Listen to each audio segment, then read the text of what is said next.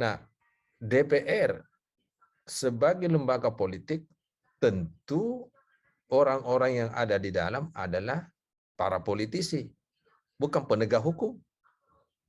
Ya, tentu cara pandang politisi berbeda dengan cara pandang penegak hukum.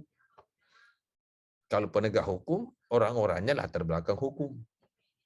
Kalau politisi, itu semua latar belakang ada di situ.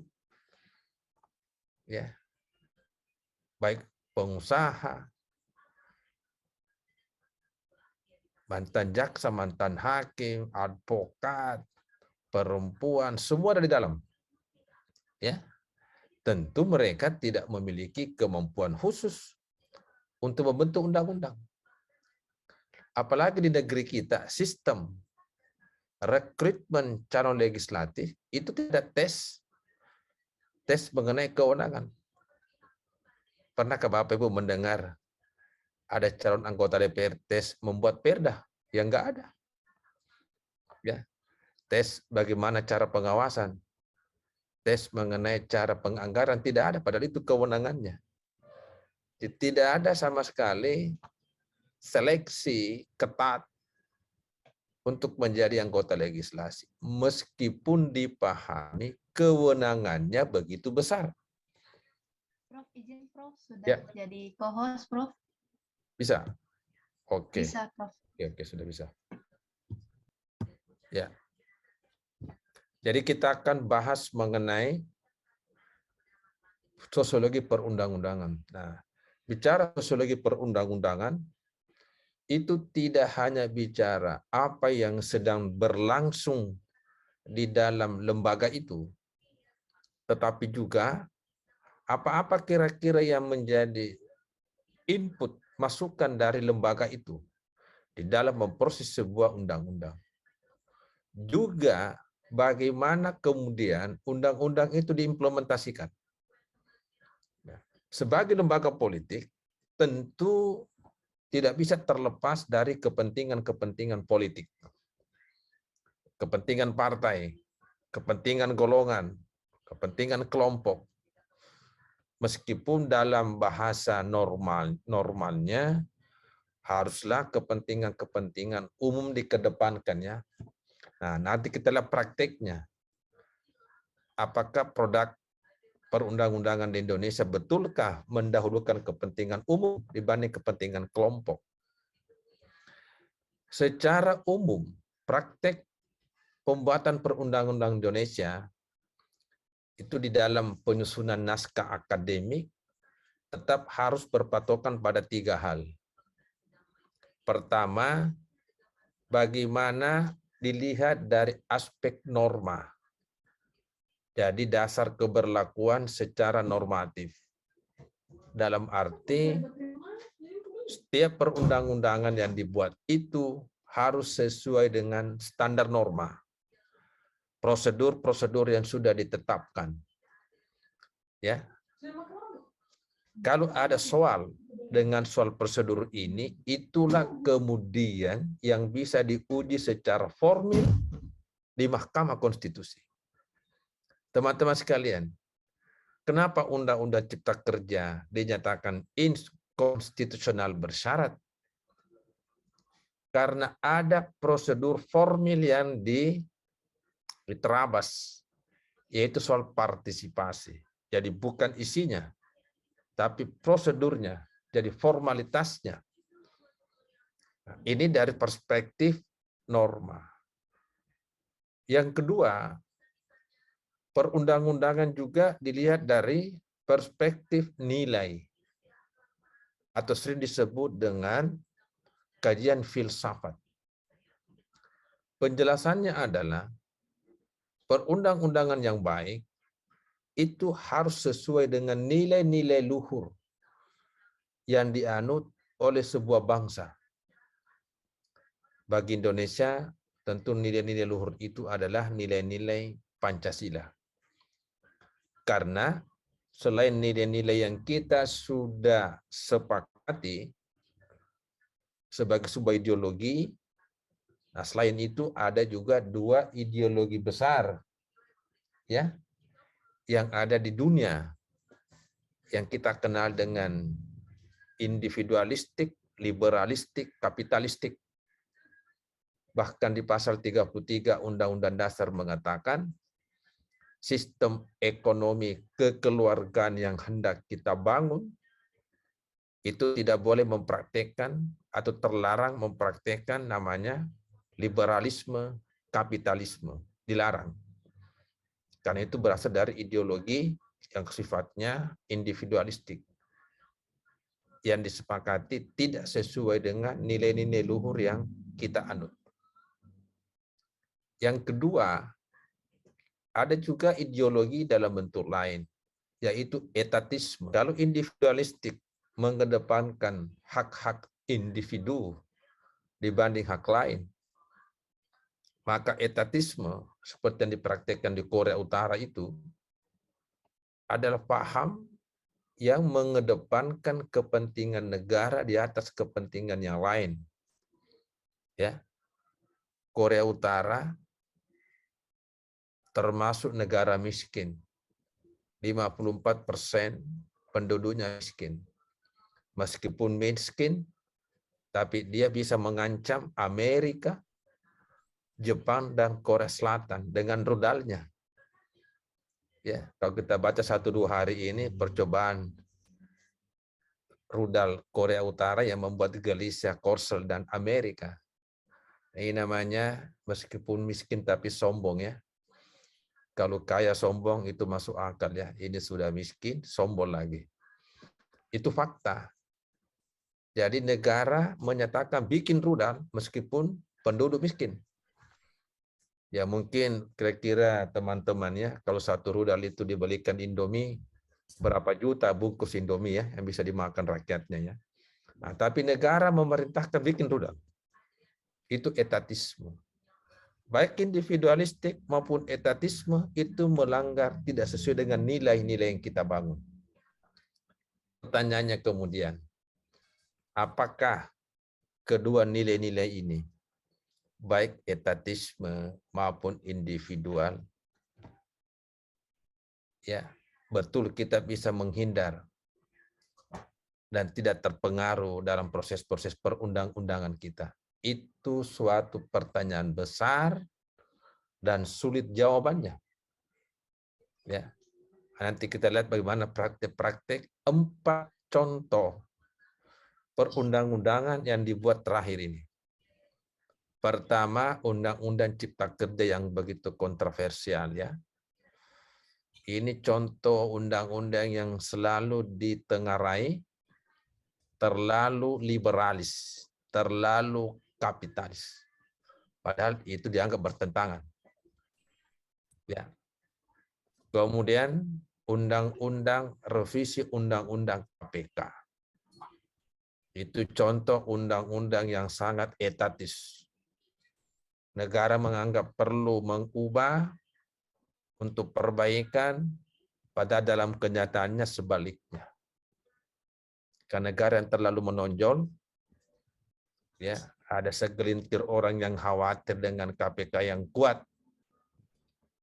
Nah, ternyata pemerintah dan DPR menganggap KPK ini perlu lebih diperkuat lagi dengan merevisi undang-undangnya. Ya, jadi yang setuju hanya presiden, partai pendukung, dan DPR. 200 juta rakyat tidak setuju. Apa kehendak rakyat? Ternyata tetap jalan. Ya, itu contoh etatisme. Tidak ada dua. Yang ketiga lagi yang sering menjadi contoh perubahan undang-undang Minerba. Itu juga termasuk undang-undang yang sangat pro asing. Dan yang keempat, contoh undang-undang yang dipersoalkan adalah revisi undang-undang MK. Ya, di dalam kajian-kajian sosiologi dipandang terjadi barter-barter ya, meskipun secara normatif tidak ya. Ya, barternya DPR memperpanjang batas usia pensiun hakim MK, memperpanjang masa jabatan Pencet dia. hakim MK. Ya, lalu mungkin Jadi tuh makanannya. balasannya Udah aku masukin. tadi tinggal KPK ya, Permisi, Bu, tolak ada yang oleh. nggak dimatikan itu suaranya. Itu dari sisi norma nggak masalah ya. Tapi dari sisi kajian-kajian sosiologi itu kelihatan. Itu 4 contoh undang-undang yang bersoal dari sisi nilai dan kemanfaatan. Jadi dari sisi norma oke saja. Dari sisi nilai-nilai tadi tidak kuat menerima pengaruh asing yang liberalis. Yang ketiga tadi kemanfaatannya. Nah, kalau kita mau kaji kemanfaatannya revisi Undang-Undang KPK, ini menarik ya. Menarik mengkaji bagaimana persepsi pemerintah dan persepsi publik. Misalnya kenapa kewenangan SP3 dihapuskan. Padahal selama ini itulah menjadi kekuatan KPK. Ya KPK kuat, tetapi buat banyak orang itu membahayakan. Kuat mana? Orang yang terancam, punya kewenangan, akhirnya mampu mempengaruhi revisi Undang-Undang KPK. Jadi dengan demikian maka, kajian-kajian sosiologinya bukan hanya melihat ketika undang-undang itu dibahas. Pertanyaannya yang paling mendasar adalah siapa yang diuntungkan dan pihak mana yang dirugikan pada saat terbentuknya sebuah undang-undang. Jadi bukan pasalnya, tapi pihak mana yang diuntungkan. Saya yakin kalau pertanyaan ini ditujukan kepada teman-teman semua, mudah jawabnya. Siapa yang diuntungkan dengan revisi Undang-Undang KPK misalnya? Tentu para koruptor. Para koruptor yang belum kedapatan. Para pejabat yang suka kong kali kong ya, dengan aparat hukum. Ya. Apa nih? Kemudian pihak-pihak kelompok-kelompok yang selama ini mendapatkan fasilitas di dalam melakukan pelanggaran-pelanggaran kewenangan, jadi bebas. Nah, akhirnya dengan revisi undang-undang ini tentu yang diuntungkan itu. Yang dirugikan tentu publik yang selama ini merasa bahwa kepercayaan terakhir itu tinggal KPK. Dan kepercayaan itu pun dicabut sebagian kewenangannya. Itu untung rugi bisa kita buat daftarnya. Dan seterusnya. Ya. Nah, ini tadi contoh ya. Bahwa setiap undang-undang yang saya katakan tadi, meskipun dia produk hukum, tapi tidak dilepaskan dari tarik-menarik kepentingan politik. Apalagi kalau isunya membahas hal-hal yang berbau politik. Ya, mungkin kalau isu mengenai kemiskinan, tidak terlalu menarik ya. Ya, tidak terlalu menarik. Tapi kalau menyangkut kewenangan baru, lembaga baru, kekuasaan baru, oh itu panjang urusannya. Ya. Dan kita tidak bisa juga menepis cerita-cerita miring. Misalnya, kenapa setiap produk hukum kita itu kelihatannya susah dilepaskan dari kepentingan ekonomi?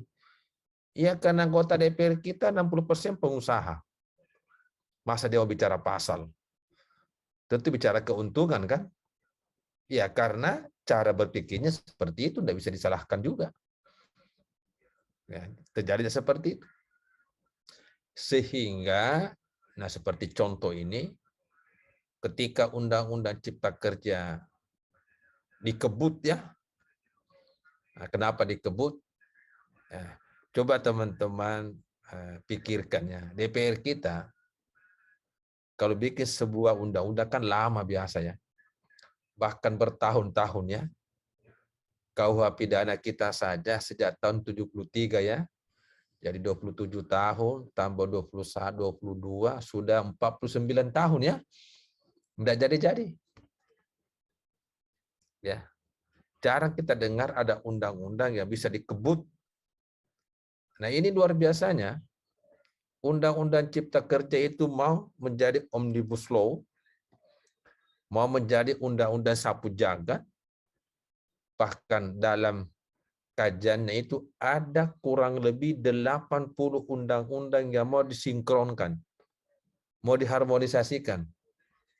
Secara norma, sah-sah saja. Tetapi secara logika, rasanya kurang masuk akal ya.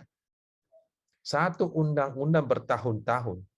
Ini 83 undang-undang lama mau diharmonisasikan dalam waktu beberapa bulan. Itu kan tidak logis sebenarnya. Tidak logis ya. Secara hukum logis saja. Tapi dalam kajian sosiologi tidak logis.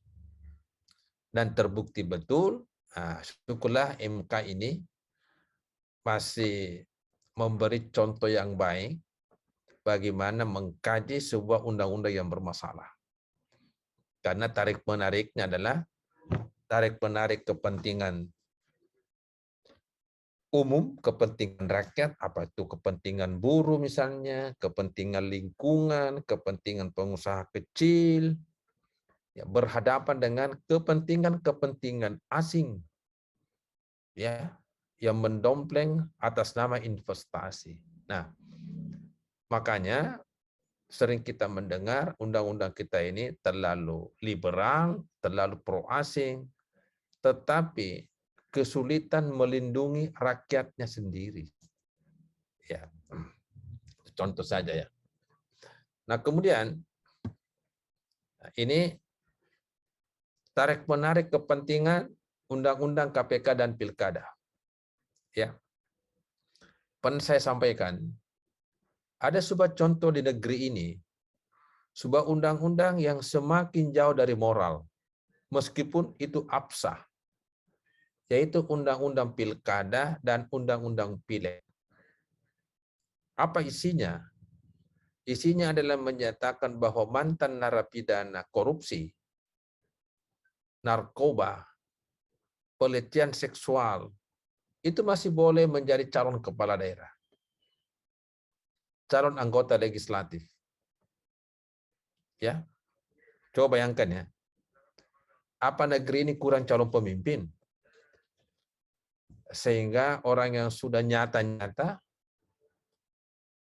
mengkhianati amanah rakyat, mungkin karena punya uang, punya kekuasaan, masih bisa memimpin. Itu namanya hukum kehilangan moral. Karena hukum itu intinya bicara benar salah. Moral itu intinya kebaikan dan keburukan. Hal yang baik pasti benar.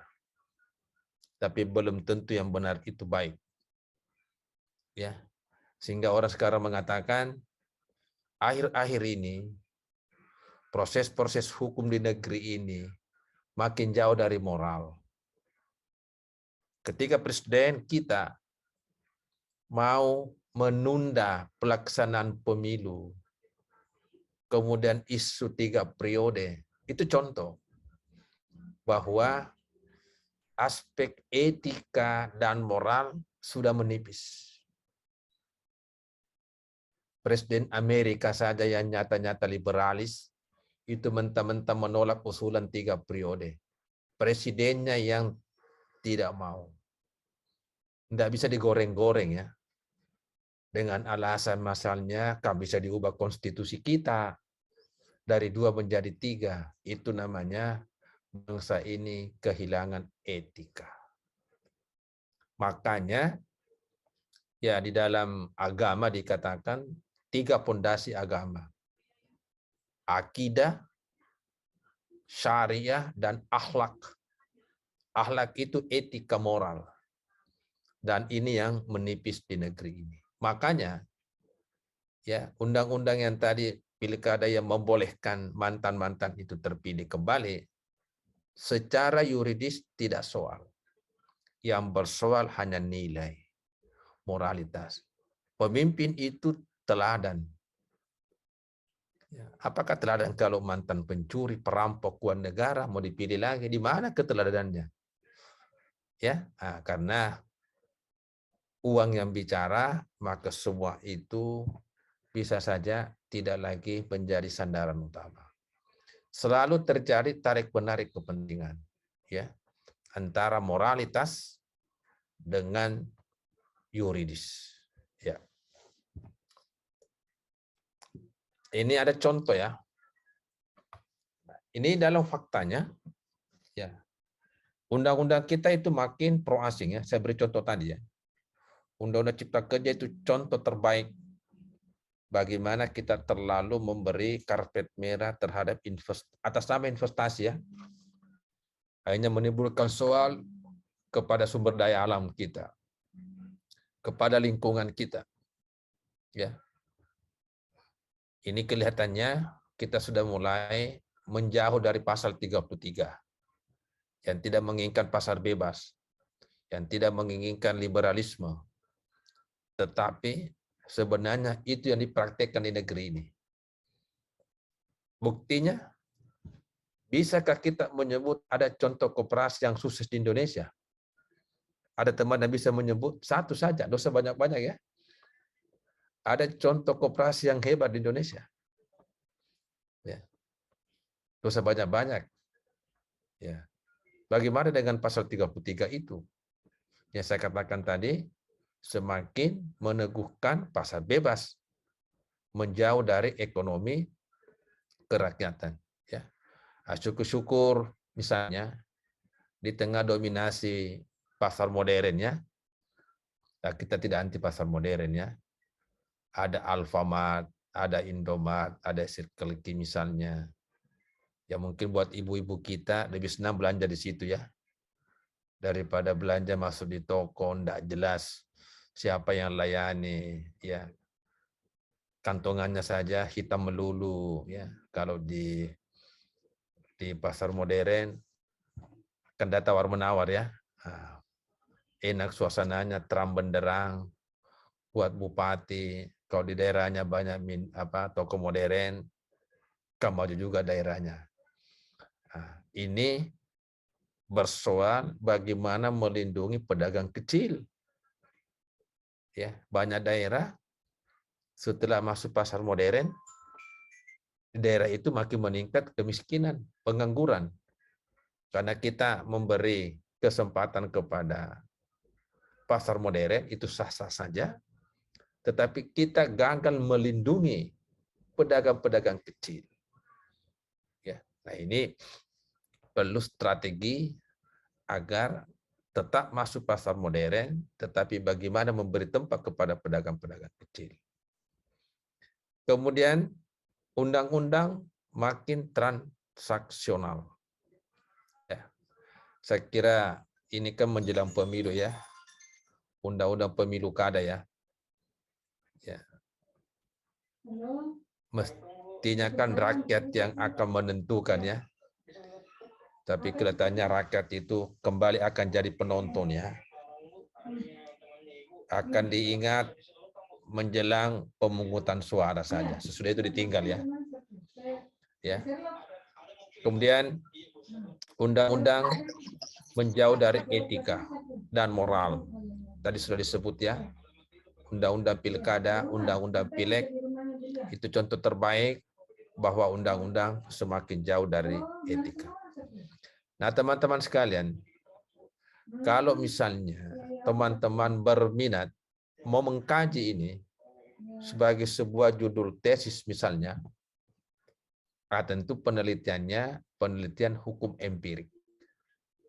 Biasanya teman-teman praktisi itu senang melakukan riset menggunakan tipe penelitian hukum empirik. Kalau penelitiannya tipe normatif, itu biasanya agak mumet ya, belajar teori, norma, asas, konsep. Nah, kalau hukum empirik lebih mudah ya. Bagaimana faktor-faktor yang mempengaruhi, bagaimana hukum dalam kenyataan, bagaimana hukum itu bekerja. Makanya dalam penelitian itu, ada satu tipe khusus yang kita sebut dengan penelitian hukum empirik. Jadi penelitian hukum empirik sejatinya adalah penelitian yang banyak mengkaji sosiologi hukum. Ya, kalau Anda mau dalami, mungkin yang teman-teman yang sudah membaca buku saya itu ada di bab 5 ya. Bab 5 buku metode penelitian yang saya susun itu secara khusus membahas bagaimana penelitian hukum empirik itu.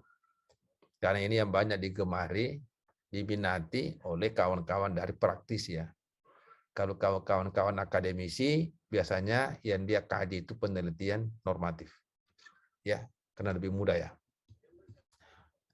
Nah, ini ada contoh lagi yang menarik teman-teman ya. Coba lihat. Ini data sampai 2019 ya. Ya.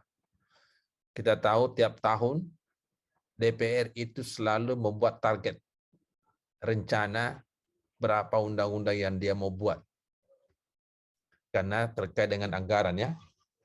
Karena satu undang-undang itu miliarnya anggarannya. Mulai dari prosesnya, ya sampai studi bandingnya ya. Jadi studi banding kemana-mana ya, bukan antar provinsi tentunya ya, tentu antar negara ya. Antar provinsi itu ya mungkin DPR kabupaten kota ya. Jadi studi banding ke Batam, ya nyebrang ke Singapura ya, Haji Mumpung namanya ya. Ya jadi tujuan ke DPR Batam, ya. Terus bilang itu kan sudah di depan mata, masa kita tidak bisa nyebrang ke sebelah. Ya, coba perhatikan. Di antara data ini, ternyata kemudian memang kinerjanya tidak maksimal. Ini sampai 2019 ya, belum pernah sekalipun DPR itu mencapai targetnya. Yang akan tercapai ya, melewati setengahnya saja tidak pernah. Yang tinggi 43%, tidak pernah di atas 50% ya, termasuk 2020, 21, 22. Ini baru masuk datanya ya. Jadi sangat rendah kinerjanya. Biaya besar, gaji terus bertambah ya. Gaji honor bertambah, tapi kinerja enggak naik-naik ini. Ya mestinya kalau kinerja naik, baru diikuti dengan pertambahan gaji dan honor ya. Ini naik honor, naik gaji, kinerja enggak bertambah. Itu juga sebuah fenomena yang menarik. Nah, ini data lagi, perundang-undangan ya. Ini kita bicara data ya. Saya ingin ingatkan, kajian-kajian sosiologi memang berbasis data. Karena pendekatannya kuantitatif. Analisisnya statistik kuantitatif. Bukan kualitatif ya. Bukan narasi, tetapi angka-angka yang dilihat. Nah, teman-teman coba lihat. Pada penyelenggaraan 3 pemilu, 2004, 2009, 2014. Apa yang menarik di sini? Yang menarik adalah kenapa menjelang pemilu pemekaran daerah itu masif dibuat. Ya, kan daerah dibentuk melalui undang-undangnya. Ya. Ternyata hasil riset menunjukkan bahwa pemekaran daerah itu memang dikeluarkan biaya besar. Digelontorkan biaya besar. Dan ini ya dalam prakteknya juga lalu menjadi rebutan para parpol ya. Ya, ini dimainkan ini dana sehingga kalau kita melihat hasilnya pemekaran ini ya ternyata kemudian data di Kementerian Dalam Negeri dia sebutkan bahwa hanya 18% saja pemekaran itu dianggap sukses. Mungkin Batam pengecualiannya. Karena memang daerahnya sudah mandiri ya. Di daerah lain di Aceh, di Papua, di Sulawesi. Ada di Aceh malah daerahnya itu minus ya. Minus PAD-nya. Artinya tidak bisa biayai. Kok dimekarkan? Di luar negeri itu orang gabung daerahnya ya, karena efek globalisasi. Nah, kita di Indonesia ini mekar terus, ya, karena dengan mekar banyak jabatan baru, banyak proyek baru. Jadi yang diincar itu bukan pelayanan sebenarnya ya, adanya kekuasaan-kekuasaan baru. Makanya dianggap pemekaran itu kurang berhasil. Ya. Kemudian ini data judicial review undang-undang di MK ya. Ya. Ada yang menarik di sini adalah bahwa ada undang-undang yang dicicil digugat di MK. Undang-undang tentang pemerintahan daerah, itu paling suka dicicil ya. Dulu ada undang-undang mengenai KPK. Ya. Itu dicicil terus digugat di MK. Artinya bahwa undang-undang itu sebenarnya tidak terlalu maksimal prosesnya. Yang menjadi problem adalah mestinya bagi pembuatnya DPR itu menjadi sebuah masukan bagaimana mendesain undang-undang yang bagus. Ya. Tetapi itu belum kelihatannya karena ya DPR mengatakan ya kalau Anda tidak setuju gugat aja di MK. Sampai sesederhana itu tanggapannya. Jadi kalau tidak setuju katanya, gugat aja di MK. Mestinya undang-undang itu ya standarnya yang bagus adalah dibuat berjalan dulu. Ini belum berjalan sudah digugat. Ya, tentu ini rugi waktu, rugi biaya dan sebagainya. Ya. Nah, ini kira-kira ruang lingkup apa yang akan dikaji dalam sosiologi perundang-undangan itu. Saya katakan tadi itu meliputi 3 ya, jadi sebelum, pada saat, dan sesudah.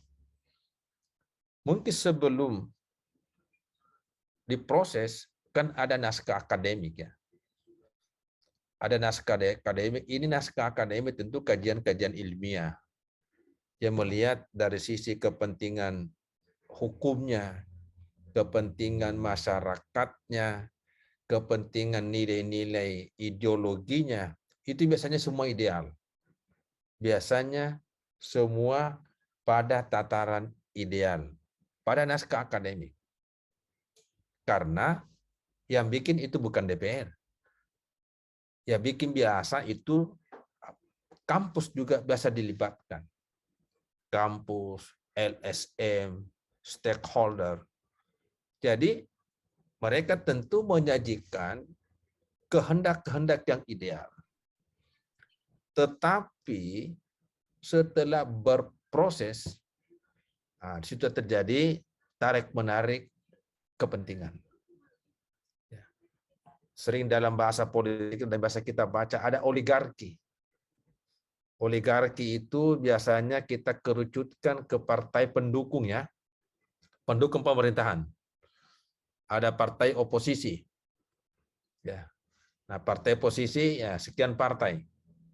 Nah, itu kepentingannya di luar. Nah, ini biasanya bagaimana kepentingan oligarki ini bisa terjamin.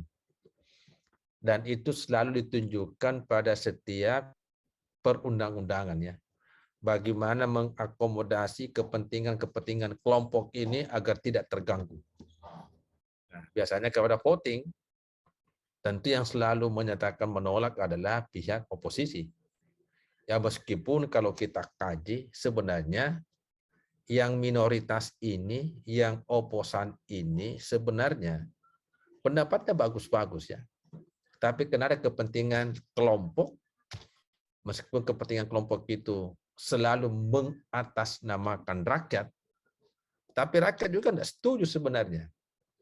Akhirnya dianggap ini hanya kepentingan segelintir orang. Ya. Yang kedua, bicara sosiologi perundang-undangan, kita bicara bagaimana membuat peraturan agar bisa lebih efektif. Pada level undang-undang, dulu pernah kita membuat contoh yang bagus. Ketika dibuat untuk pertama kalinya, undang-undang tentang KPK. Oh ya, terus lagi sedikit terus. Undang-undang tentang KPK. Waktu itu korupsi begitu besar, masif, susah dikendalikan. Ya, karena hampir semua lembaga juga terjangkit penyakit ini. Lalu kesimpulannya, belajar dari Hong Kong, Korea Selatan, Singapura, dibuat lembaga baru, diberi kewenangan yang lebih besar. Bagaimana menghentikan korupsi ini? Dibuat KPK. Awal-awalnya KPK ini bagus, ya. Pokoknya main sikat, tidak pandang bulu, ya. Pegawainya bukan ASN, dia lebih bebas, lebih merdeka, lebih berkinerja. Awalnya bagus, ya. Hampir 10 tahun kalau kita mensurvei lembaga-lembaga penegak hukum yang menempati kedudukan tertinggi selalu KPK. Nanti 3 tahun terakhir ini baru KPK mulai disalib. Tidak pernah lagi bertengger urutan atas. Kenapa? Karena direvisi undang-undangnya. Mereka kehilangan kekuatan-kekuatan besar. Karena kekuatan besar ada korban. Nah, korban itu barangkali adalah orang-orang yang memiliki kepentingan kelompok itu. Tidak efektif. Undang-undang pemekaran idealnya untuk meningkatkan pelayanan, meningkatkan daya saing, meningkatkan kesejahteraan. Ternyata tidak efektif ya, karena menurut menterinya 82% pemekaran itu tidak berhasil. Nah, banyak contoh undang-undang, tetapi di balik itu banyak juga perda-perda yang lahir untuk merespon banyak kepentingan. Di Surabaya ada perda penebangan pohon. Itu mirip di Singapura. Di Singapura itu pohon ada usianya ya. Sekian puluh tahun pohonnya dipangkas. Bahkan ditebang. Ya. Di kampung kami pohonnya tidak dipangkas, Pak. Tidak ditebang juga. Tumbang sendiri. Ya. Kalau tumbang sendiri kan makan korban jadinya. Ya. Itu perda mengenai penebangan pohon. Ada juga perda yang terlalu kencang. Misalnya perda tentang syarat Islam. Nah, itu biasa kencang juga ya. Ada juga perda di Manokwari dulunya ya, yang hanya bisa juga menimbulkan konflik bagi agama lain. Ya. Jadi banyak perda-perda yang bernuansa positif yang ditumbuhkan di banyak daerah. Karena daerah yang berhadapan langsung dengan rakyat. Yang kedua, mengetahui nilai-nilai sosial. Kenapa LGBT tidak pernah bisa diakomodasi? Karena LGBT dianggap bertentangan dengan nilai-nilai agama. Sementara undang-undang kita tidak boleh melanggar prinsip-prinsip religius. Negara kita adalah negara berketuhanan. Prinsip religius nomor 1. Bukan kebebasan individual. Kalau Amerika dan sejumlah negara Eropa LGBT itu sah-sah saja, itu karena sumber HAM-nya beda dengan kita. Jadi tidak boleh standar Amerika digunakan untuk menilai HAM di Indonesia. Soal LGBT misalnya. Soal perkawinan beda agama. Terus-menerus digugat di MK. MK terus bersikukuh tidak ada perbedaan beda agama. Di dalam praktek itu disiasati. Ya, memang tidak beda agama ya. Nah, biasa pada saat nikah itu agamanya sama. Berdasarkan riset, setelah selesai nikah, biasanya banyak terjadi ya kembali ke agama masing-masing. Itu ada dalam praktek ya, meskipun tidak semua. Kemudian, apalagi kajian sosiologi perundang-undangan. ya mengetahui mengenai kepentingan-kepentingan yang terkait. Tadi Undang-Undang Cipta Kerja kita sudah paparkan, petakan ya, betapa kepentingan asing yang lebih ditonjolkan. Revisi Undang-Undang KPK, betapa kepentingan para koruptor dan jajarannya yang diperhatikan dibanding rakyat. Ya, nah jadi selalu ada tarik-menarik kepentingan yang tidak bisa kita baca dengan membaca pasalnya. Nanti kita bisa pahami ya proses-proses yang terjadi. Nah, kita ikuti bagaimana pandangan-pandangan para ahli, bagaimana media massa merespon. Oh, itu baru kelihatan. Oh, ternyata ya undang-undang ini bukan hanya dari sisi hukum semata, tetapi juga dari sisi politiknya, budayanya, sosialnya, dan sebagainya. Jadi undang-undang itu bukan instrumen tunggal untuk kita kaji, tapi juga bisa di dalam perspektif atau melibatkan disiplin ilmu yang lain.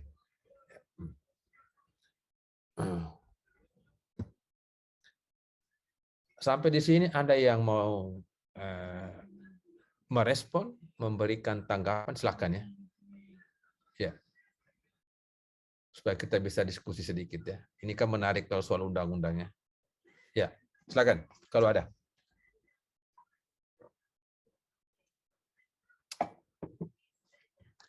Ibu siapa ini? Ibu Teorisda, si Mamora, ada tanggapan? Pak Udik Sugianto? Ya Pak. Ya, silakan Ibu. Ya. Selamat malam Prof. Selamat Ya. malam teman-teman semua. Undang-undang untuk apa ya? Untuk sosiologi perundang-undangan itu seperti Bapak bilang tadi sudah hampir 49 tahun Ya. kita mengadopsi tapi tidak ada perubahan Ya. yang lazim seperti itu. Nah, pertanyaannya Prof, bagaimanakah itu bisa sampai itu terus yang kita adopsi dan itu yang kita lakukan, sementara yang tadi yang saya ambil dari kutipan dari pelajaran ini bahwa itu dipelajari secara positif semua, secara Ya.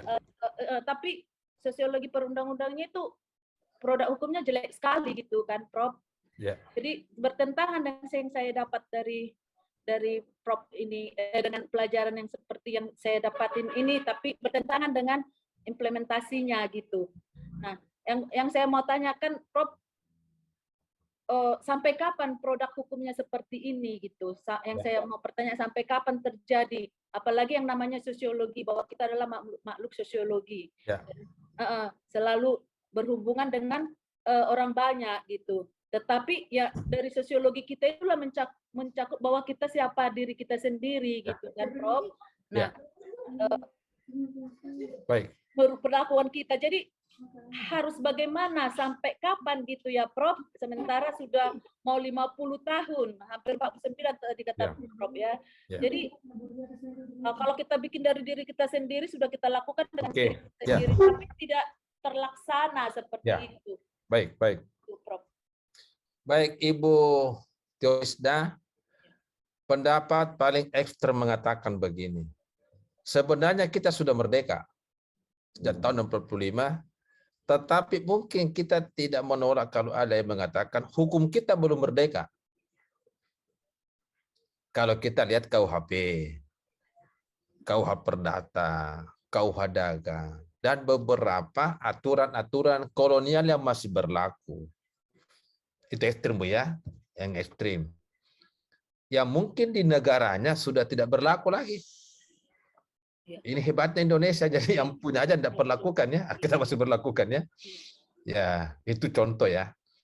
Itulah yang kita pahami dengan politik hukum. Apa isi politik hukum? Pertama, bagaimana agar hukum kita ini adalah hukum nasional. Hukum yang merdeka, baik isi maupun cara berpikir.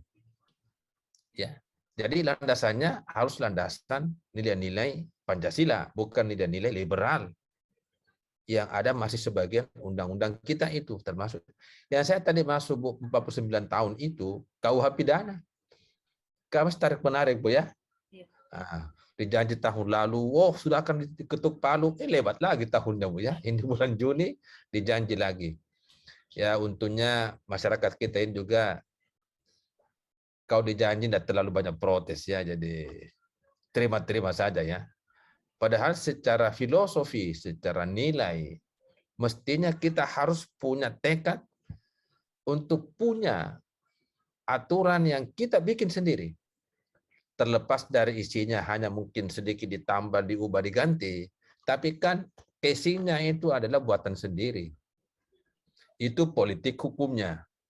Jadi politik hukum nasional adalah bagaimana mengganti, menghapuskan seluruh tatanan hukum kolonial yang masih ada, dan itu butuh waktu. Ya, kenapa masih ada? Itu menarik pertanyaannya. Pertama, karena yang buat ini merancang mendesain hukum berlaku jangka panjang. Jangan bandingkan kita Bu, baru hari pertama disahkan, besok sudah digugat di MK. Kalau gitu Bu ya, saking jeleknya ya. Saking jeleknya, saking tidak percayanya. Pokoknya ketuk hari ini ada nomor, langsung digugat di MK. Nah mungkin orang Belanda terlepas dia penjajah, tetapi mungkin isinya itu mampu melihat perspektif beberapa ratus tahun dan terbukti. Karena mungkin tidak banyak kepentingan di dalam. Jadi mereka bebas, merdeka, mendesain, merancang aturan untuk masyarakat. Ya memang kita paham bahwa itu kan buatan kolonial. Ya, kalau kita mau berpendapat yang sedikit agak toleran ya, ya betul kolonial, tapi kan isinya itu prinsip-prinsip hukum yang ditegakkan. Ya kita tentu soal nilai saja ya. Nah, jadi antara yang ekstrim sampai dengan yang bisa toleransi, seperti itu kira-kira ya. Sedangkan dari sisi sosiologi hukumnya adalah bahwa produk-produk hukum kita ini mestinya kalau sudah ada aturan kan dijalankan. Bukan mau digugat ya. Yang saya katakan tadi, begitu rendahnya kepercayaan publik kepada undang-undang. Di satu sisi, mungkin begitu rendahnya kualitas produk undang-undang kita. Ketemu ini Bu ya. Rendah kualitasnya, rendah juga percayaannya. Jadi ini gampang digugat ini. Coba kedua Bu ya. Tinggi prosesnya, meningkatkan juga kesadaran, tentu tidak digugat. Tapi itu tadi, debatnya yang kita dengar, ya akhirnya masyarakat sudah jengkel juga berdebat, tunggu aja di MK. Tentu kan kita kehilangan waktu. Itu sebabnya saya katakan tadi, mestinya legislator ini membuat produk hukum yang terbaik. Ya, pertama ya jangan selalu mengatasnamakan kepentingan umum yang ternyata kemudian ini kan arahan transparansi Bu ya. Semua bisa diteropong. Wah, ini bukan kepentingan umum ini. Hanya pura-pura saja kepentingan umum ya. Nah, dibaca oleh publik. Tentu publik kehilangan trust. Coba bikin undang-undang selalu mengatakan, oh ini publik yang perlu ini, tentu akan direspon oleh publik. Saya kira itu problem dasarnya Bu ya. Problem mendasarnya, nah apalagi ya terakhir lagi saya katakan tadi, karena legislator kita tidak ada seleksi khusus Bu ya. Kan tidak ada tes Bu toh, tes menjadi calon anggota DPR kan tidak ada Bu ya. Pokoknya partai sudah oke, siapkan kapitalnya boleh maju. Ya, nggak ada seleksinya. Padahal ini menarik. DPR itu memiliki kewenangan yang begitu besar. Kalau kita undang menteri ke kampus, undang menteri ke kampus, dia akan iakan dengan dua syarat. Apa syaratnya menteri datang ke kampus? Pertama, kalau dipanggil presiden, wah tentu dia akan batalkan. Apa yang kedua? Dipanggil DPR. Bagus sekali sama DPR, Bu ya. Begitu berkuasanya DPR. Ya. Tidak diikuti dengan proses rekrutmen yang selektif. Mestinya pemilih kewenangan yang besar, ketat seleksinya. Coba lihat calon komisioner KPK, dihabisi, Bu ya. Masa lalunya, hartanya. Oh, karena kewenangannya besar. Itu contoh bahwa siapapun lembaga memiliki kewenangan besar, mestinya ketat seleksinya. Itu mestinya menjadi standar di Indonesia. Saya kira ini tanggapannya Ibu. Teori sangat menarik, Bu ya, menggambarkan betapa peliknya perundang-undangan kita di Indonesia. Jadi ini banyak sekali kepentingan-kepentingan yang susah disinergikan, Bu ya. Salah satunya kali, Prof, Ya. rakyatnya juga bisa disalahkan ya, Prof, karena kenapa Ya. memilih DPR tersebut? Ya, Ada yang berwenang untuk bikin ya, undang-undang, betul. tetapi tidak merupakan kepentingan umum, tapi kepentingan Ya. mereka. Ah. Gitu kali ya, Prof. Ada lagi, Bu, faktor ini dalam perspektif sosiologi ya. Rupanya ada riset yang mengatakan tingkat kemakmuran, kesejahteraan masyarakat itu menentukan bagaimana kerja-kerja politik, Bu. Seperti ya kita contoh Amerika dengan Eropa Barat sudah maju, Bu ya. Masyarakatnya, Bu, sudah berani membuat keputusan. Memilih si A karena programnya bagus. Nggak usah yang lain. Kita susah, Bu, karena masyarakat kita miskin. Ditanya masyarakat kita, siapa calon yang bagus? Siapa partai yang bagus? Apa jawabannya? Sebagiannya. Dia bilang, tergantung serangan fajar. Ya, nggak ada pilihan, betul. Karena juga mau disalahkan, dia butuh makan. Kalau ada yang janji jaminan makanannya, kenapa pilih orang lain? Jadi kalau kita makmur, tentu kau janji apa, kau ini apa, enggak berani dia. Nah itu jadi dalam kajian sosiologi, salah satu faktor penentu masa depan politik ini adalah kesejahteraan. Karena di situ ada kebebasan, ada kemampuan untuk menentukan pilihan. Bukan tidak ada pilihan. Ya, saya kira itu barangkali, Bu ya. Salah satu saja ya. Oke. Ya. Masih ada yang lain? Ya. Prof, izin bertanya, Prof. Ya, silakan Ibu siapa? Yani, Prof. Ya, silakan. Prof, ini mungkin agak tidak nyambung, tapi karena Prof tadi ada menyinggung mengenai kasih sambung aja, Bu ya. mengenai Ya. Ciptaker, gini Ya. Prof. Kebetulan kan kita di swasta nih, karena Ya. ada himbauan dari salah satu instansi untuk tetap menjalankan Ciptaker beserta turunannya, Prof. Ya. Dengan berdasarkan instruksi Kemendagri nomor 68 tahun 2021. Yang kalau tidak salah saya dengan isinya itu bahwa tetap berpedoman pada Undang-Undang Cipta Kerja dalam masa perbaikan, walaupun dalam masa menunggu.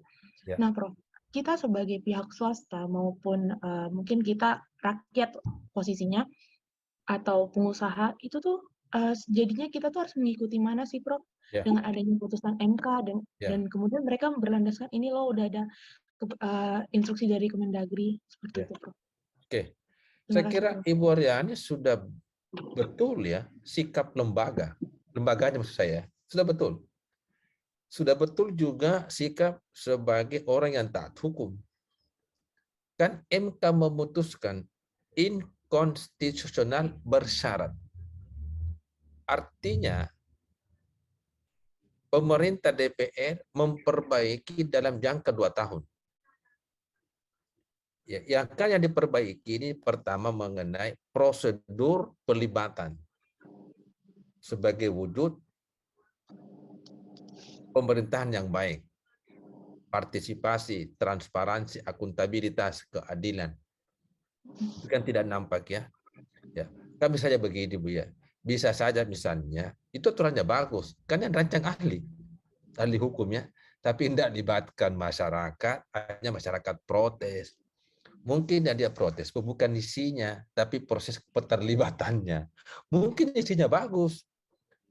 Ya, apa salahnya kalau misalnya ada ponakannya ibu mau kawin ya, mau kawin ya, tapi nggak bilang-bilang sama tantenya. Tentu tantenya marah ya. Mungkin dia marah soal apa, soal tidak dilibatkan kan begitu ya. Sama seperti ini. Isinya mungkin bagus ya, tapi merasa orang tidak dilibatkan, padahal dia pemiliknya. Nah, oleh karena itu, kalau ada sikap tetap mendasarkan pada aturan, iya. Yang dilarang adalah tidak boleh membuat aturan baru. Artinya aturan lama dijalankan saja. Karena takutnya terjadi kekosongan hukum, bisa juga mengurangi kepercayaan investor. Loh, Indonesia apa-apaan ini? Diambil menurut saya, Bu, ini putusan MK, putusan kompromi, jalan tengah juga. Dia juga harus berpikir negarawan bahwa tidak boleh juga serta-merta ini kalau investasi tidak masuk, lalu gimana dengan masa depan perekonomian kita. Jadi makanya komprominya, yang lalu ini jangan ditambah lagi, hentikan dulu sampai Anda perbaiki. Nah, kalau sudah perbaiki, dinyatakan sudah oke, ya jalan. Nah, jadi bukan berarti tidak bisa, bukan. Dia hanya melarang menambah aturan turunan baru, Bu ya, selain yang sudah ada. Prof, izin Prof. Ya. Begini Prof, sejujurnya saya kan di bagian legal suatu perusahaan, Ya. kemudian ada kan pengacara perusahaan. Nah, dari pengacara ini berpendapat bahwa berdasarkan amar putusan MK tersebut Prof, yang berlaku itu hanya undang-undangnya saja, turunannya tidak, karena dia berlandasan pada amar putusan poin keempat, itu menyatakan undang-undangnya berlaku. Kemudian kalau tidak salah saya, di poin ke-6 menyatakan bahwa turunannya itu ditangguhkan. Itu bagaimana ya, Prof? Karena sejujurnya saya sebagai legal di perusahaan itu dengan pengacara itu ada sedikit perdebatan gitu, Prof. Maaf ya, saya tidak baca sedetil itu ya. Yang saya paham itu, yang saya dapat sampaikan adalah dilarang pemerintah membuat aturan-aturan baru setelah putusan itu ditetapkan. Baru ya. Nah, iya, Prof. Yang saya tahu, yang aturan yang ada itu bisa dijalankan. Ya gimana mau melaksanakan aturan kalau tidak ada aturan-aturan pelaksanaannya? Ya. Tidak mungkin juga kan? Iya, Prof. Saya juga ngomong kayak gitu. Ya, tidak mungkin dijalankan ini undang-undang. Apalagi kan MK itu memutuskan tadi ya prosedurnya. Kemudian yang dilarang itu pasca penetapannya, bukan yang sudah ada. Tetap bisa berjalan. Misalnya soal perizinan. Kan diubah dari pemerintah daerah ke pemerintah pusat. Ya, kalau tidak ada yang memberikan izin gimana itu bisa berjalan kan? Daerah tidak mau. Ya, daerah tidak mau, jangan-jangan nanti dipersoalkan. Korupsi kan? Memperkaya orang lain, ditarik ke pusat. Tentu harus jalan ini barang. Ya kan? Nah, jadi itu yang saya tahu ya, bahwa tidak buat yang baru. Tidak buat yang baru. Saya kira itu barangkali Bu ya, batas toleransi. Terima kasih, Prof. Baik. Ya, masih ada waktu 10 menit ya. Jadi ini kita jelaskan sedikit. Ruang lingkupnya tadi, jadi pembahasan undang-undang itu tidak hanya di dalamnya, tapi sebelum dan sesudah. Yang kedua, ini pendekatan. Bukan pendekatan hukum, tapi di luar hukum. Pendekatan politik tadi, kepentingan partai. Ya, kepentingan sosial, bagaimana siapa yang diuntungkan dan dirugikan. Nah, itu kepentingan sosial. Bukan juga kepentingan agama, soal moral. Janganlah bikin aturan-aturan yang nyata-nyata melanggar nilai moral. Hukum itu benar, tapi tidak baik. Kita mau itu baik dan benar. Artinya mungkin benar sesuai prosedur, tetapi moralnya nggak ada. Seperti tadi ya. Ya, terus terang kita mengatakan itu contoh buruk ya. Undang-undang yang melegalkan mantan-mantan itu, ini bukan soal pelanggaran HAM menurut saya ya. Bukan soal pelanggaran, ini soal keteladanan. Pemimpin itu contoh. Loh, kita memilih pemimpin karena uangnya, mesti karena contoh dan keteladanannya ya. Nah, itu kira-kira. Kemudian bagaimana sebuah undang-undang mengubah perilaku. Nah, ini ada perilaku negatif tentunya, seperti dengan undang-undang pilkada ini, itu kan prosesnya makin mahal ya.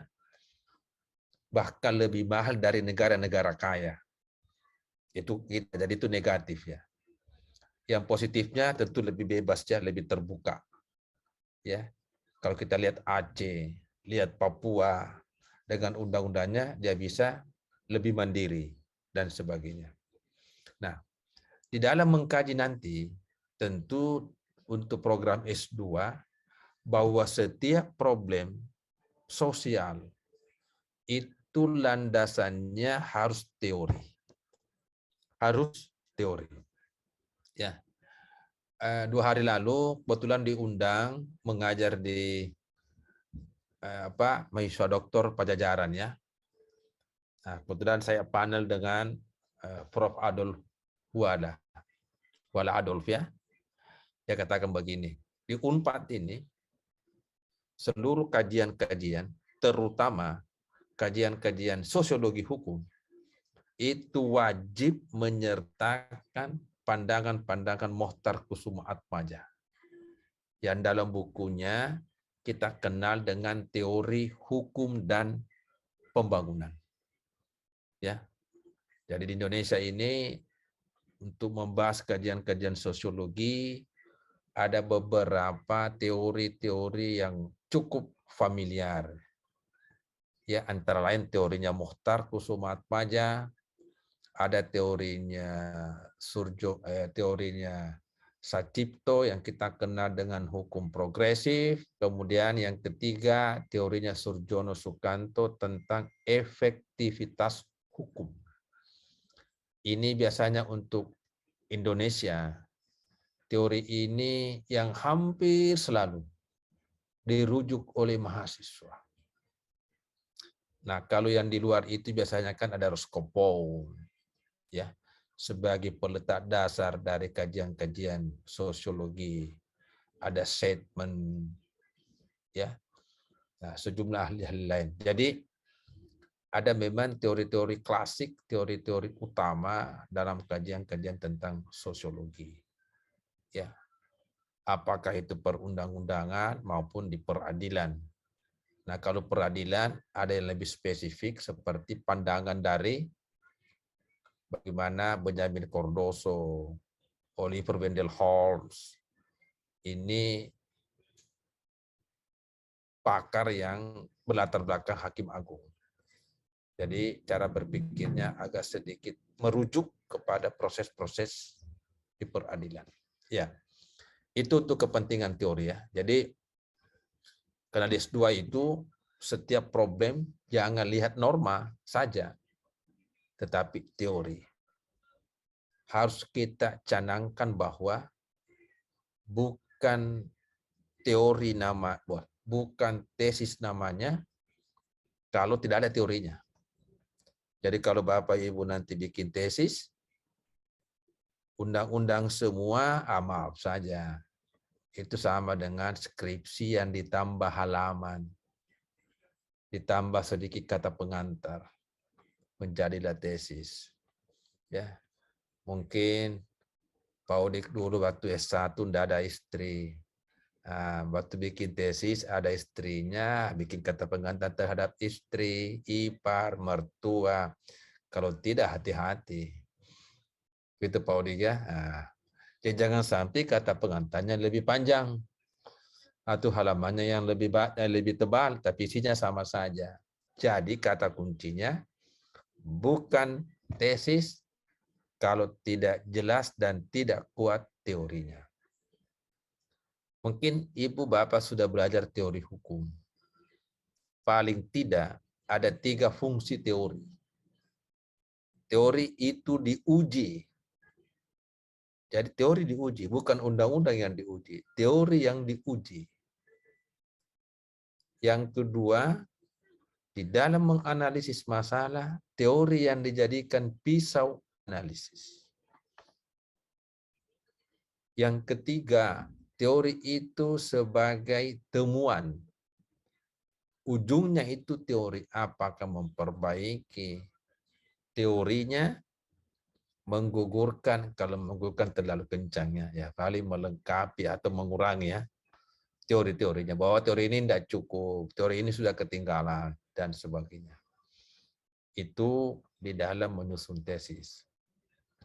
Ya sebenarnya 3 hari yang lalu, saya juga sudah dijadwalkan oleh pengelola ya, untuk webinar mengenai strategi penulisan artikel di jurnal.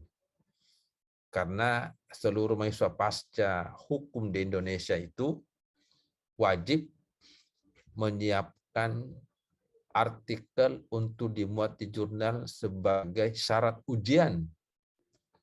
Ya, tapi katanya ditunda ya oleh pengelola. Ya, sebagai bahan awal kalau misalnya itu masih kelamaan. Jadi saya ingin sampaikan juga, kalau Anda sudah baca buku saya juga, itu di bab 10-nya, bab terakhirnya, itu ada materi mengenai penulisan artikel di jurnal. Ya, saya ingin menyampaikan, mungkin di buku metode yang lain tidak ada itu ya. Nah, ini satu-satunya yang saya kebetulan masukkan di situ ya, karena saya sebagai asesor jurnal di kementerian. Kemudian saya juga punya jurnal yang alhamdulillah sudah masuk Scopus ya. Jadi baru 2 jurnal hukum di Indonesia yang masuk Scopus. Satunya jurnal kami di Unhas ya. Pengalaman mengevaluasi tulisan yang baik, kami tuangkan di bab 10 itu. Karena tulisan yang bagus, paper yang bagus, artikel yang bagus adalah hasil riset. Jadi 9 bab itu ilmu tentang riset. Bab 10 bagaimana hasil risetnya untuk tesis dan sebagiannya untuk naskah artikel di jurnal.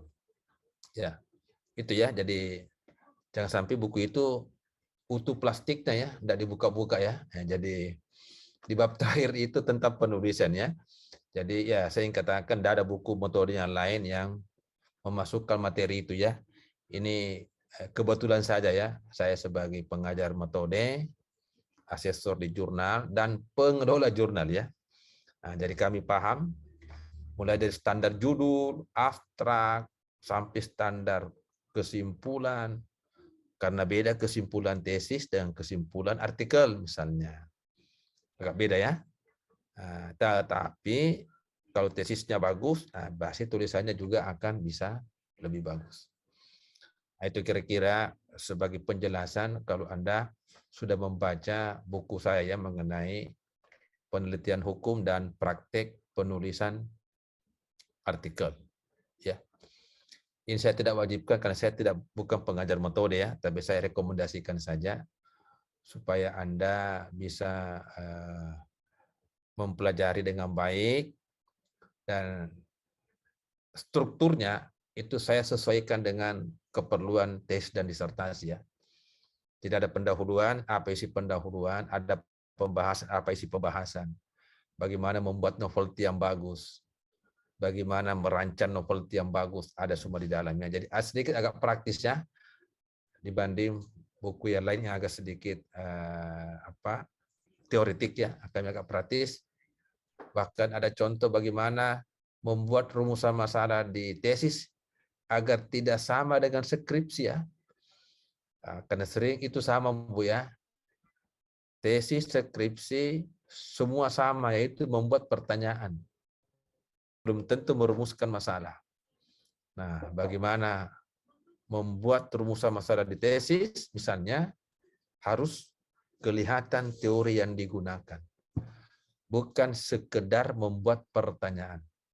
Semua orang bisa buat pertanyaan. Seluruh mahasiswa bisa, tapi belum tentu di tesis itu rumusan masalahnya mencerminkan teori yang digunakan. Nah, itu kira-kira ya. Itu bahasa promosinya ya, supaya ya Karena hampir seluruh pasca di Indonesia juga sudah menjadikan sebagai buku referensi ya. Kalau saya mengajar metode ya, ini saya mengajar sosiologi ya. Nah, kebetulan di bab 5 itu ada riset tentang sosiologi hukum. Kalau bab 4 riset tentang normatif. Oke. Saya kira itu saja. Jadi bahan-bahan ini waktunya habis, saya akan kirim ke grupnya mengenai ini tambahan-tambahannya ya. Ya. Kalau mau dijadikan nantinya sebagai referensi di dalam membuat tesisnya, proposalnya, silahkan ya, teori-teorinya. Kemudian ini sesuai perundang-undangan ya. Nah, selain itu ada lagi materi, saya akan share ke grup ini, yaitu mengenai sosiologi peradilan ya. Ini kita tidak bahas, tapi ini ada slide-nya 20-an ya. Nah, ini ada beberapa hal yang ini dalam prakteknya, bukan dalam teori ya. Nah, ya. Ini kayaknya di Riau kasusnya ini ya, atau di mana ya? Saya cuma kutip dulu ya. Di Batam ya, atau di Riau? Di Batam, Prof. Batamnya, oke. Maaf ya kalau ini saya lupa ubah ya. Takutnya nanti ada yang merasa apa ya, ada kaitan dengan kasus ini ya. Ya, oke. Contoh saja ya.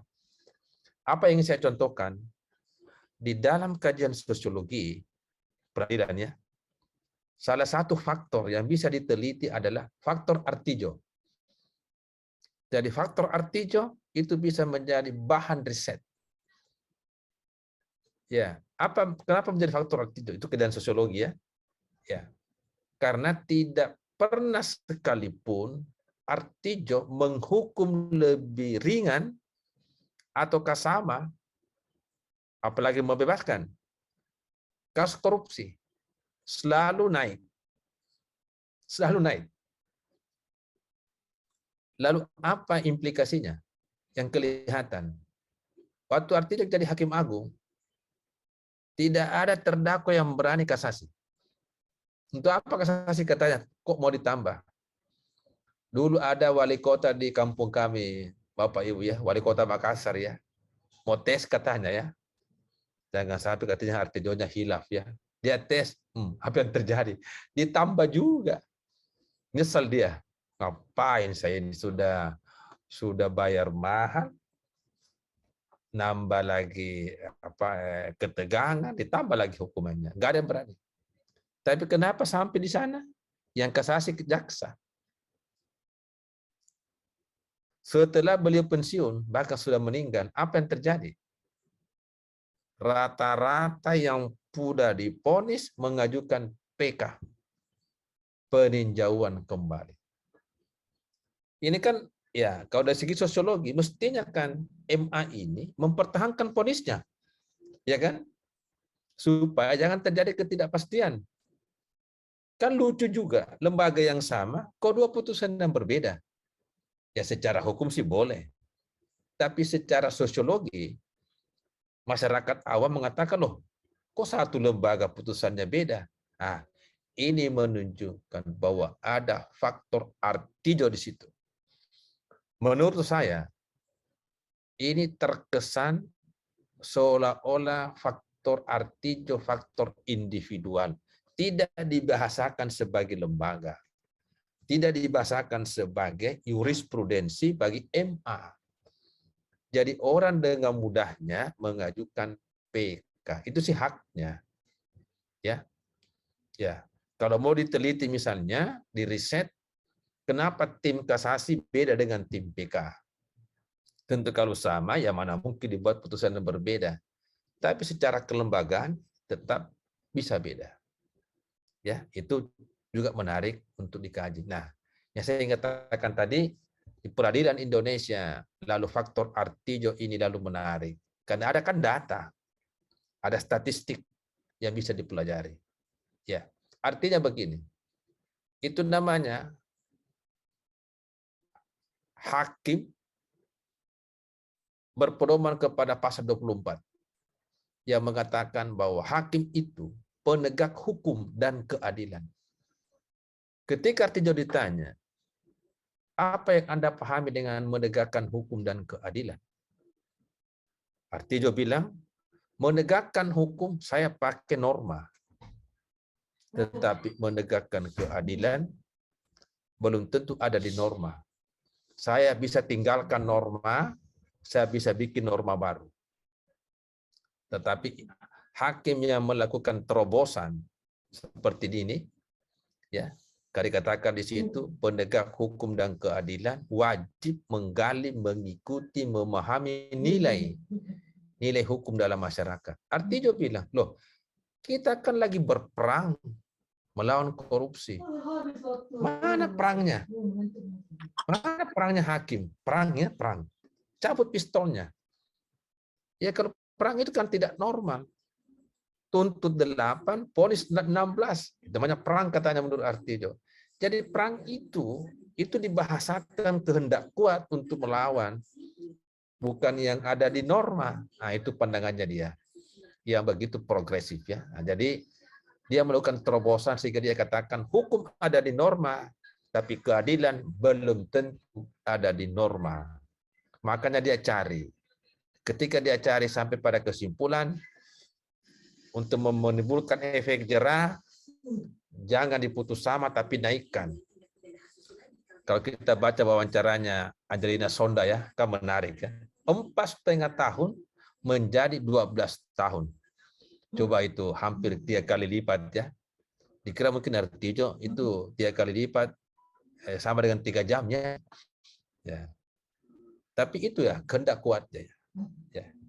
Saya kira itu mengenai kesimpulan saja tentang sosiologi peradilannya, tinggal dibacakan waktunya habis. Ya, ini teori-teori yang kalau Anda mau rujuk, ya Holmes itu ini yang peletak dasar kajian ini, ya, yang mengatakan bahwa hakim yang baik itu kuasai asas, kuasai pikiran-pikiran yang berkembang di masyarakat. Nah, sama tadi yang Artijo punya ya. Ya. Sampai kepada Benjamin Cardoso. Ini mantan hakim ini. Ya. Ya, ini tadi pandangan Holmes ya yang selalu menjadi rujukan utama ketika bicara sosiologi peradilannya. Ini pandangannya di perang, tapi coba Ibu lihat moral hidup. Sama tadi pandangannya Artijo. Masyarakat mau melawan korupsi, hidupkan itu moralnya. Nah, caranya dengan Artijo mengatakan kekuatan perang itu ada di palu hakim. Jadi palunya yang dijadikan sebagai alat perang. Ya, itu namanya moral yang hidup. Ya. Ya. Kemudian ya, ini selalu yang terjadi persoalannya antara keadilan formal dan substansial. Keadilan formal itu menegakkan hukum. Substansial itulah menegakkan keadilan. Kalau idealnya tentu sama ya, menegakkan hukum dan juga keadilannya. Terkadang menegakkan hukum, tapi keadilannya tidak ikut. Ya, oke. Ini persoalan besar peradilan kita ya, yang terjadi. Ini banyak hal ya. Ya, secara sosiologis ini persoalan kita hadapi. Tadi kita bicara dissenting, maksudnya hakim ad hoc, itu upaya untuk memperbaiki kualitas putusan, juga memperbaiki moralitas. Ya. Ya. Ya, saya kira itu bahan-bahan yang terkait dengan sosiologi peradilan ya. Jadi ini ada 2 topik, sosiologi perundang-undangan tadi ya dan sosiologi peradilan. Ya. Nanti tugas akhirnya ya. Silahkan nanti Anda bikin paper singkat ya. Paper singkat. Topiknya ya dipilih saja ya, apakah terkait dengan perundang-undangan atau terkait dengan peradilan. Ya, cari apa isu di situ dari peradilan, dari misalnya dissenting, ya, ada mungkin kasus-kasus menarik ya yang mau diangkat. Demikian juga di perundang-undangannya. Jadi telah sosiologi hukum terhadap putusan peradilan, ataukah telah sosiologi hukum terhadap pembentukan perundang-undangan. Mungkin Anda sebut misalnya undang-undang ini ya. Ya. Jadi satu saja undang-undang yang dikaji yang menarik ya. Tadi sudah banyak contoh disebut undang-undang yang bisa Anda kaji. Ada demikian juga untuk peradilan ya. Itu yang menjadi tugas akhir dari saya ya. Ya. Ada pertanyaan?